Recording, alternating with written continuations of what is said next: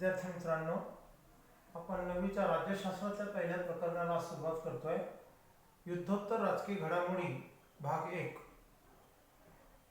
तुम्ही गेल्या वर्षी इयत्ता 8वीत आणि त्याही आधीच्या इयत्तांमध्ये नागरिक शास्त्राच्या पाठ्यपुस्तकातून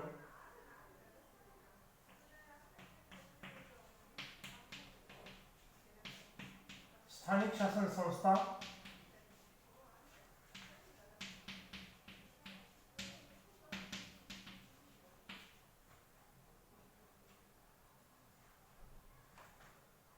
भारताचे संविधान,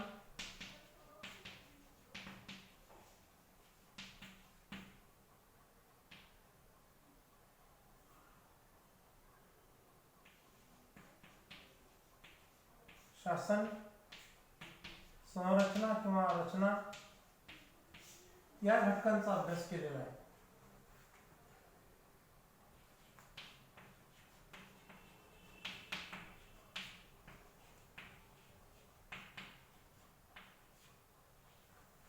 भूगोलाच्या अभ्यासात तुम्ही यापूर्वी विविध प्रदेशांची भौगोलिक परिस्थिती समजून घेतली.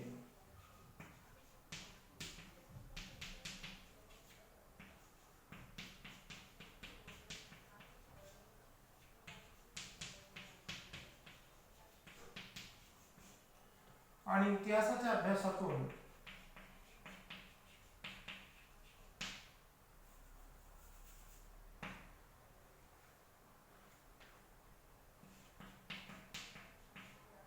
वेगवेगळ्या प्रकारच्या ऐतिहासिक घडामोडी समजून घेतलेल्या आहेत.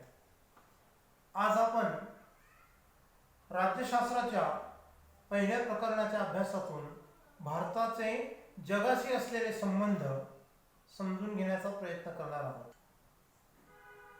मित्रांनो, प्रत्येक व्यक्ती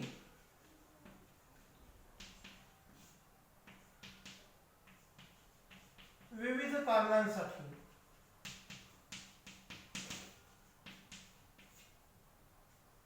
सोयी सुविधांसाठी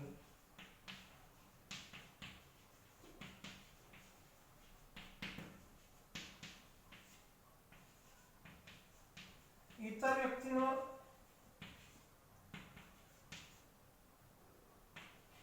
काही प्रमाणात अवलंबून असते.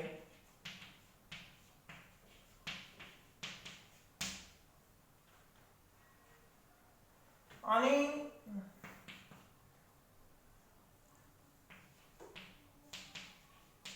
यातून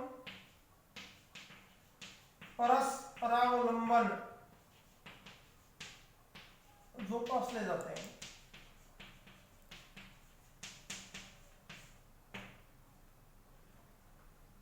म्हणून तर आपण म्हणतो ना, विना सहकार नाही उद्धार.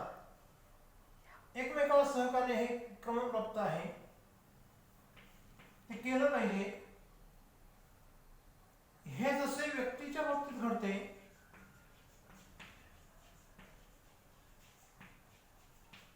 प्रत्येक व्यक्तीच्या बाबतीत कमी अधिक प्रमाणामध्ये,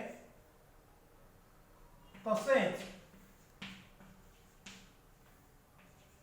हेच सूत्र प्रत्येक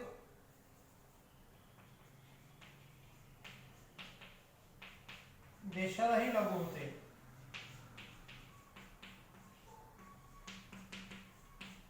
कोणताही देश सर्वच बाबतीत स्वयंपूर्ण कधीच नसतो.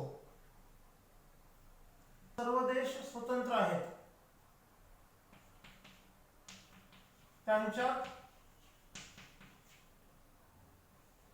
अनेक बाबींची किंवा वस्तूंची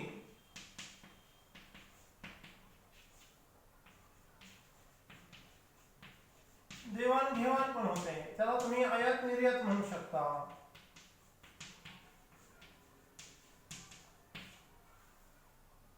म्हणजे त्याच्यामध्ये परस्पर सहकार्य आलं. त्यात व्यवहार जरी असला तरी सहकार्य पूर्ण आहे. तो आयात निर्यात हा व्यवहार आहे, पण त्या व्यवहारामध्ये सहकार्याचा भाग आला आणि म्हणून यातून परस्परावलंबन वृद्धिंगत होतं.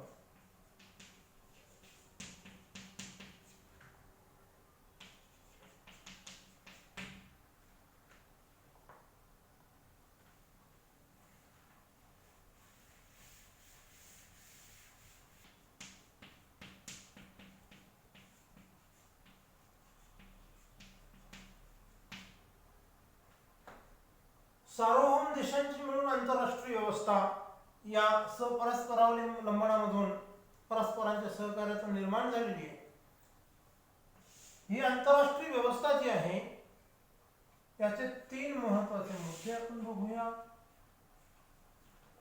पहिल्याचा विचार ऑलरेडी केलेला आहे. परस्परावलंबन, परराष्ट्र धोरणांद्वारे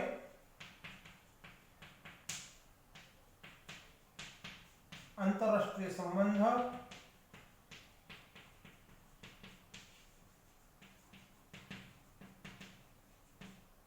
आणि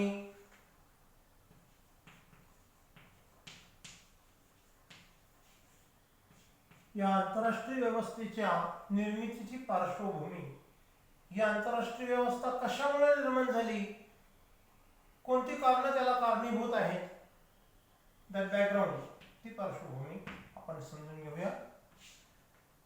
परस्परावलंबन, राष्ट्र कितीही मोठा असू दे, म्हणजे उदाहरणार्थ अमेरिकेसारखं बलशाली राष्ट्र असेल किंवा जपान, रशिया, जर्मनी,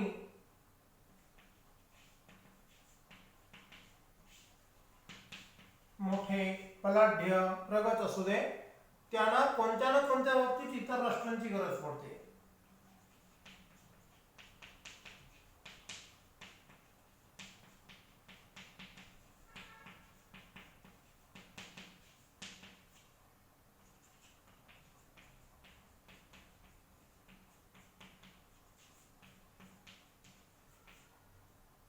एक उदाहरण घेऊया.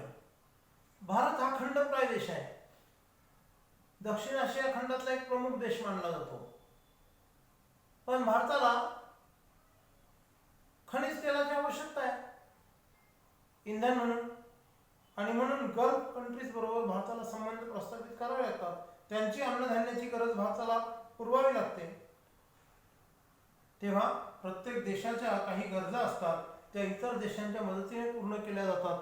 प्रत्येक देशाच्या गरजा भिन्न असू शकतात आणि म्हणून परस्परावलंबनातून या परस्परांच्या गरजा सोडविण्याचं काम करता येऊ शकतं. दुसऱ्या मुद्द्याकडे येऊ आपण. परराष्ट्र धोरणाद्वारे आंतरराष्ट्रीय संबंध प्रस्थापित करणं आणि टिकविणं किंवा वाढविणं. पण याच्यामध्ये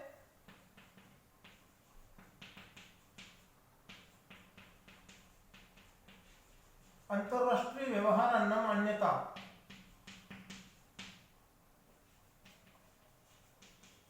कशाद्वारे?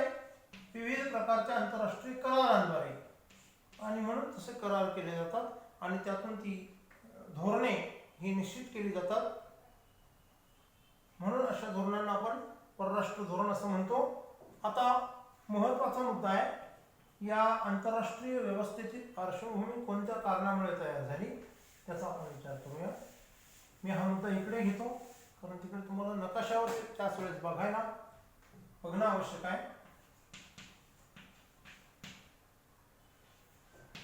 आंतरराष्ट्रीय व्यवस्थेची पार्श्वभूमी.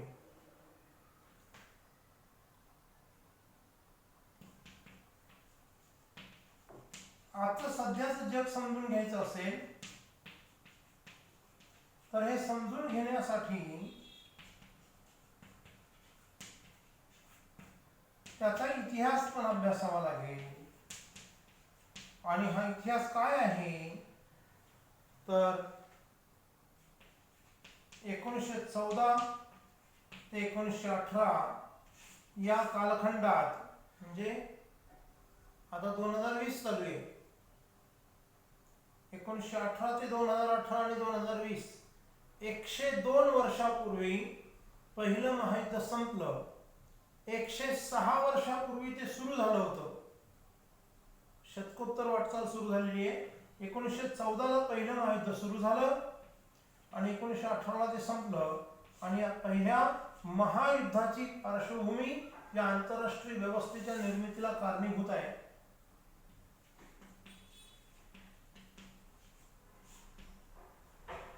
हे महायुद्ध प्रामुख्याने युरोपात लढलं गेलं.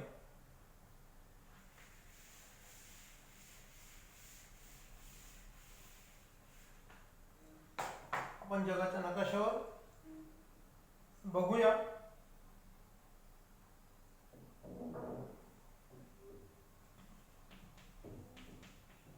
पहिले महायुद्ध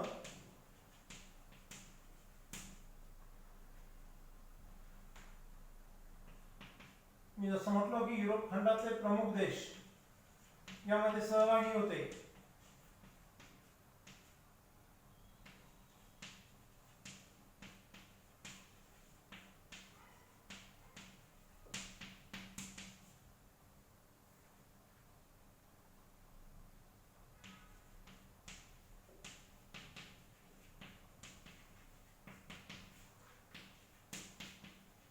या महायुद्धात मोठ्या प्रमाणावर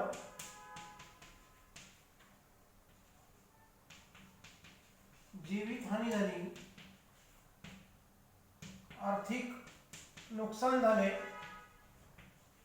सर्व सहभागी राष्ट्रांचे. याच्यामधून जेते आणि जीत कुणीही सुटले नाही.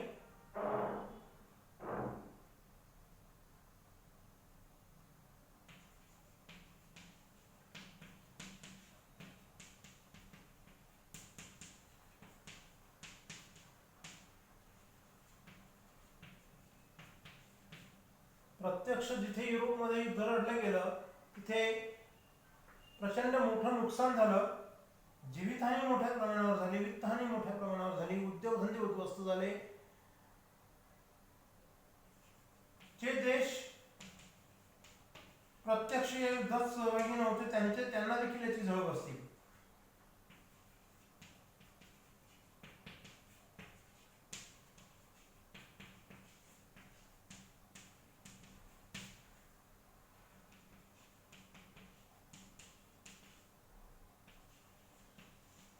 ती कशी? आपलं उदाहरण घेऊया. 1914 ते 1918 हा पहिल्या महायुद्धाचा काळ आहे. मी मगाशीच सांगितलंय. या काळात आपण गुलाम होतो, परतंत्र होतो. भारतात ब्रिटिशांची सत्ता होती आणि ब्रिटन अर्थात इंग्लंड पहिल्या महायुद्धामध्ये सहभागी होता. इंग्लंडने पहिल्या महायुद्धात झालेला खर्च हा भारतासारख्या त्यांच्या वसाहतींमधून भरून काढण्याचा प्रयत्न केला. इंग्लंडमधल्या नागरिकांना त्याची झळ बसू दिली नाही. भारत ही इंग्रजांची वसाहत होती. अशा आशिया खंडामध्ये इंग्रजांच्या असंख्य वसाहती होत्या. या सगळ्या वसाहतींमधून अतिरिक्त कर लादून त्यांनी पहिल्या महायुद्धात झालेल्या युद्धाची त्यांची भरपाई केली. त्यामुळे युद्धामध्ये भारत सहभागी नव्हता, पण भारताला या पहिल्या महायुद्धाची झळ अप्रत्यक्षरित्या अशा रीतीने बसलेली आहे. अशा अनेक देशांना जे देश या युरोपीय राष्ट्रांचे अंकित होते या पहिल्या महायुद्धाच्या काळामध्ये, आणि जवळजवळ सगळेच देश पहिल्या महायुद्धाच्या कालखंडामध्ये हे युरोपीय साम्राज्यवादी राष्ट्रांचे अंकित होते, गुलाम होते. स्वातंत्र्याच्या लढ्यांना यावेळेस काही अंशी सुरुवात झालेली होती, पण कोणताही देश या गुलामगिरीच्या जोखड्यातून मुक्त झालेला नव्हता या कालखंडामध्ये. त्यामुळे या वसाहतींना याचा मोठा आर्थिक फटका बसला. अशा परिस्थितीमध्ये जेते आणि जीत म्हणजे विजेते आणि पराजित राष्ट्रांच्या अर्थव्यवस्था कोलमडल्या पहिल्या महायुद्धाने. जेते म्हणजे विजेते आणि जीत म्हणजे पराजित.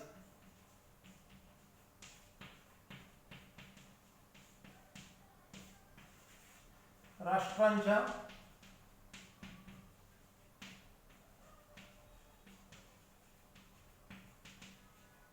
अर्थव्यवस्था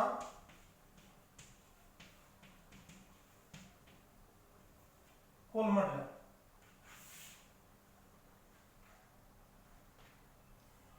मग यातून मार्ग काढायचा असेल, जगात पुन्हा असे विनाशकारी युद्ध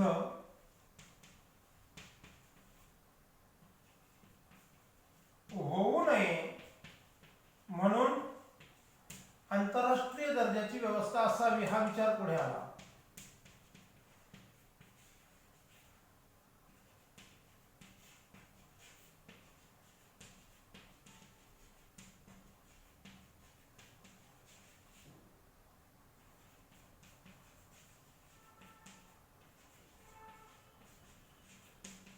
आणि यातून राष्ट्रसंघ उदयास आला. ही आंतरराष्ट्रीय संस्था आहे.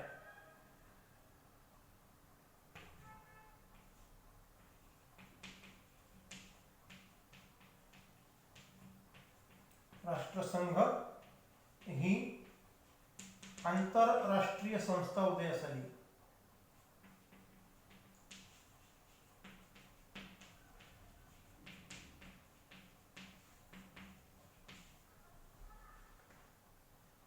राष्ट्रसंघाचं ही झाली पार्श्वभूमी. तिसरा मुद्दा जो होता त्याचा बेस आपल्याला शोधायचा होता, तो या महायुद्धाच्या मुळाशी कसा आहे. म्हणून या महायुद्धाचा इतिहास अभ्यासणं आपल्याला क्रमप्राप्त आहे. राजकीय घडामोडी युद्धानंतरच्या यामध्ये महत्वाची घटना आहे. पहिलं महायुद्ध समाप्त झालं तेव्हा जगातल्या सगळ्याच राष्ट्रांना अशा प्रकारच्या व्यवस्थेची निकड गरज भासली आणि त्यातून राष्ट्रसंघ उदयास आला. आता राष्ट्रसंघाचं महत्वाचं काम काय होतं? जगातल्या कोणत्याही दोन राष्ट्रांमध्ये किंवा अनेक राष्ट्रांमध्ये विवाद निर्माण झाल्यास, संघर्ष निर्माण झाल्यास युद्धाची प्रत्यक्ष वेळ येऊ देऊ नये, म्हणजे जागतिक स्तरावर युद्ध टाळणे. थोडक्यात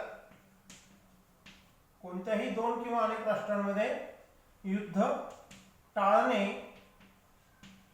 चर्चेच्या माध्यमातून प्रश्न सोडविणे,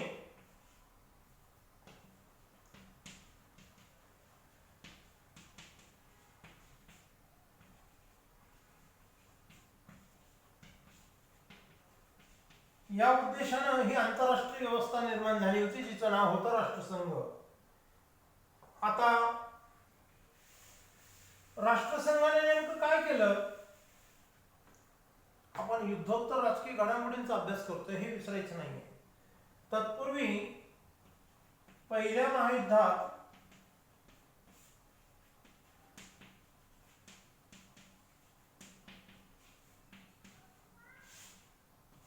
सहभागी झालेले जे देश होते ते दोन गटात विभागलेले होते. हे दोन गट कोणते ते आपण बघूया.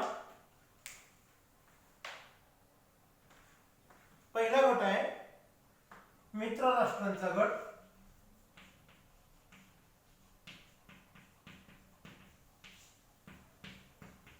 या गटामध्ये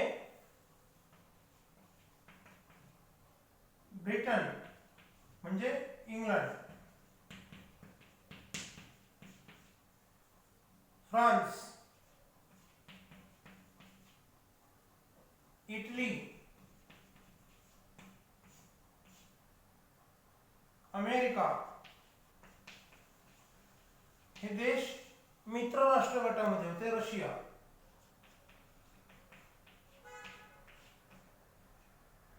हा मित्र राष्ट्रांचा गट होता. तर मध्यगत राष्ट्रे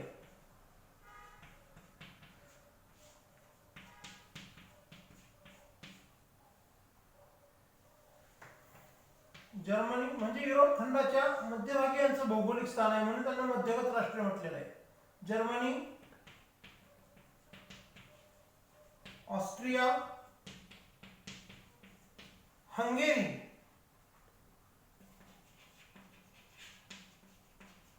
तुर्कस्तान आणि बल्गेरिया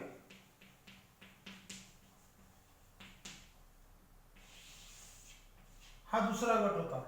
आणि हे परस्पर विरुद्ध लढणारे देश होते. पहिल्या महायुद्धामध्ये हे युद्ध प्रामुख्याने युरोप खंडामध्ये झालेलं होतं.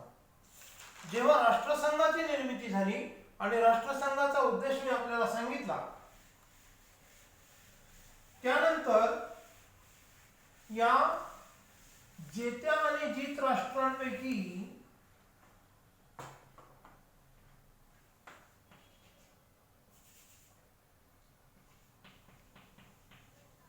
इथं लिहितोय राष्ट्रसंघाच्या निर्मितीनंतर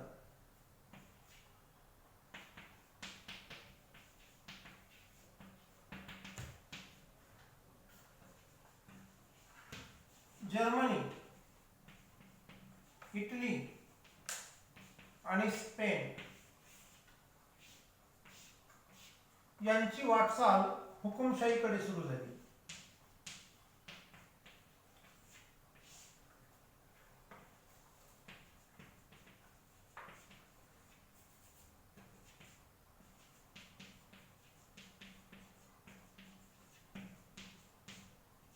इथे राष्ट्रसंघाचं मोठं अपयश आहे.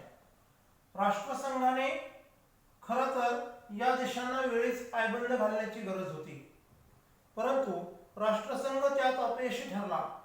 राष्ट्रसंघाने जर्मनी, इटली आणि स्पेन यांच्या हुकुमशाहीकडे संक्रमण जे त्यांचं सुरू होतं शासकीय व्यवस्थेचं ते थांबविलं नाही आणि त्यामुळे युरोप पुन्हा एकदा अशांत झाला आणि युरोप खंडावर आणि पर्यायाने संपूर्ण जगावरती तिसऱ्या महायुद्धाचे ढग गडद झाले. जसं मी आपल्याला सांगितलं, एका बाजूला जर्मनी, इटली आणि स्पेन यांच्या हुकुमशाहीकडे वाटचालीला राष्ट्रसंघ पायबंद घालू शकला नाही, तर दुसऱ्या बाजूला युरोपीय राष्ट्रांच्या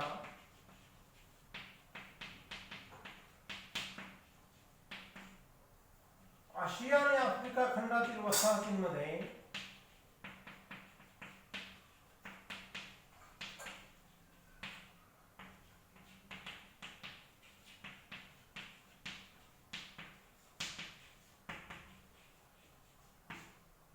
स्वातंत्र्य चळवळी जोमात सुरू झाल्या, ऐन भरत आल्या.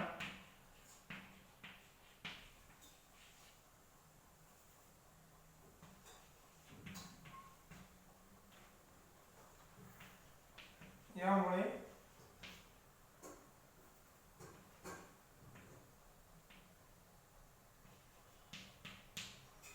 जग पुन्हा तिसऱ्या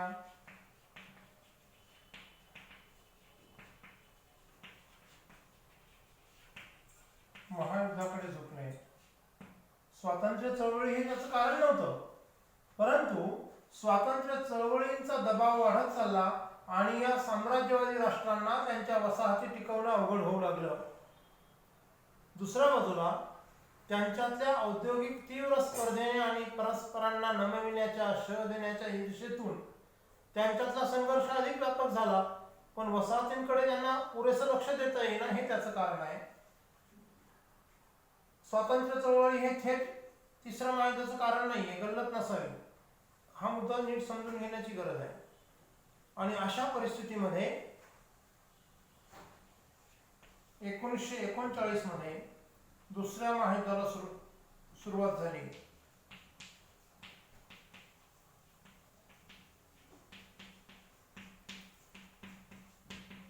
प्रारंभ हे युद्ध 1939 मध्ये सुरू झालं, 1939 मध्ये, आणि हे 1945 मध्ये समाप्त झालं. दुसरं महायुद्ध. पहिलं महायुद्ध 1914 ला सुरू झालं, 18 ला समाप्त झालं. पहिल्या महायुद्धाच्या नंतर राष्ट्रसंघाची स्थापना झाली, जी जगामध्ये प्रथमच एक आंतरराष्ट्रीय व्यवस्था म्हणून उदयास आली. ज्या व्यवस्थेवर ही जबाबदारी सोपविण्यात आली की जगात कोणत्याही 2 किंवा अधिक देशांमध्ये विवाद निर्माण झाल्यास तो चर्चेच्या माध्यमातून सोडवावा, युद्धाची प्रत्यक्ष वेळ येऊ देऊ नये. पण राष्ट्रसंघ ते काम पूर्ण क्षमतेने करू शकला नाही. युरोपातील काही देश जे पहिल्या महायुद्धामध्ये ऑलरेडी सहभागी होते, जर्मनी, इटली आणि त्यांच्या जोडीला स्पेन, तो जरी पहिल्या महायुद्धात प्रत्यक्ष सहभागी नसला तरी नंतरच्या वाटचालीमध्ये हुकुमशाही व्यवस्था त्या देशामध्ये निर्माण झाली. युरोप सारख्या प्रगत खंडामध्ये जिथे लोकशाहीचा विस्तार मोठ्या प्रमाणावर खूप आधी झाला, त्या ठिकाणी हुकुमशाही राजवटी निर्माण होणं हा फार मोठा धोका होता लोकशाहीच्या एकूण व्यवस्थेला, आणि म्हणून त्यातून दुसऱ्या महायुद्धाची सुरुवात झाली. आता दुसऱ्या महायुद्धामध्ये सहभागी झालेले देश बघूया.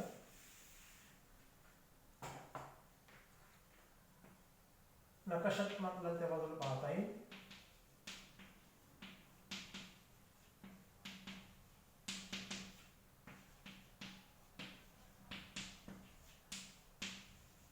दुसऱ्या महायुद्धातील सहभागी देश. पुन्हा जग दोन विभागात, दोन गटामध्ये जगातील प्रमुख देश विभागले गेले. मित्र राष्ट्रांचा गट, या गटामध्ये ब्रिटन म्हणजे England, France,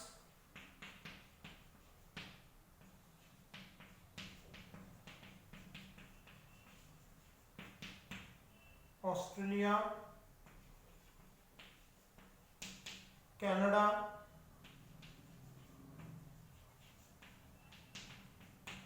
New Zealand, Bharat, Soviet Russian union, तेव्हा एकत्र एकसंघ रशिया होता,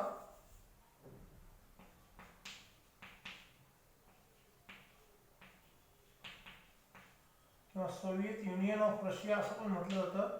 USSR त्यावेळेचा, आता तो अस्तित्वात नाही. त्याचं अनेक देशांमध्ये आता विभाजन झालेलं आहे, चीन आणि अमेरिका.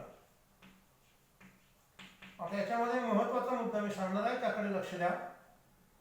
तुम्ही म्हणाल सर हे युद्ध 1939 ला सुरू झालं, तेव्हा तर भारताचा जन्मच झाला नव्हता. भारत 1947 ला अस्तित्वात आला.